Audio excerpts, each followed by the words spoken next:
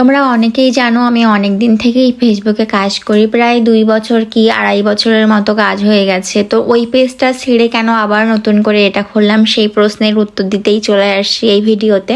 পেজটা আমি শখ করে খুলেছিলাম ঠিকই, তারপরে যখন সবাই এখান থেকে আর্ন করছে আমারও চিন্তা হলো আমিও কিছু যদি আর্ন করতে পারি খুবই ভালো হয়।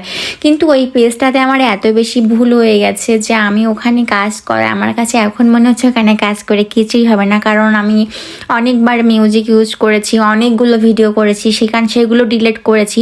এরকম আমি 2-3 বার করছি, মানে অনেকগুলো মিউজিক আপলোড করি, তারপর আবার সেগুলো ডিলিট করি, তারপরে আবার ফ্রেশ কাজ করি, তারপরে আবার মিউজিক ভিডিও ইউজ করি। এগুলো সবার দেখে দেখে ট্রাই করতাম যে ওরা ইউজ করছে আমি দেখি করে দেখি, এইসব মানে বিভিন্ন রকম আমার এক্সপেরিমেন্ট করা হয়ে গেছে পেজের উপরে। আর তো একটা ইফেক্ট থেকেই যায় পেজের উপরে, এই জন্য ওখানে কন্টেন্ট মনিটাইজেশন এখনো অবধি আমার দেয়নি। তো আমি ভেবেছিলাম যে ওটা আমি একটা বিজনেস পেজ বানিয়ে ফেলবো। তো যেই ভাবার সেই কাজ, আমি কিন্তু বিজনেস পেজ বানিয়ে ফেলেছিলাম সেই সময়ে, আর নামও চেঞ্জ করেছি, আর যেখানে যেখানে পেজের নাম দরকার হয় বিজনেস পেজে সেখানে সেখানে দিয়ে ফেলেছি অলরেডি।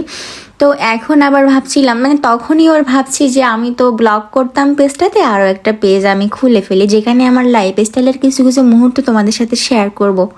এখানেও তেমন একটা রেগুলার না, আসলে আমি চাই তোমাদের ভালো কন্টেন্ট উপহার দিতে, এজন্য আমি তো বাইরেই বেরোতে পারি না এখন, তো এই জন্য ভালো কন্টেন্ট আর কি দেবো, এই জন্য এখানেও ভিডিও করা হয় না। তো দেখি কোনো সময় রেগুলার হতে পারি কিনা। আর আমার খুব বেশি প্যারা লাগে এই যে টাইমলি ভিডিও আপলোড করা, তো এই চলতে থাকুক, যখন যা আমার মনে হয় যেটা শেয়ার করব সেটাই তোমাদের সাথে শেয়ার করব। তোমরা আমার পাশে থেকো, দেখা যাক নেক্সটে তোমাদের সাথে কি শেয়ার করতে পারি। সে পর্যন্ত সবাই ভালো থেকো, টাটা, দেখা হচ্ছে নেক্সট ভিডিওতে।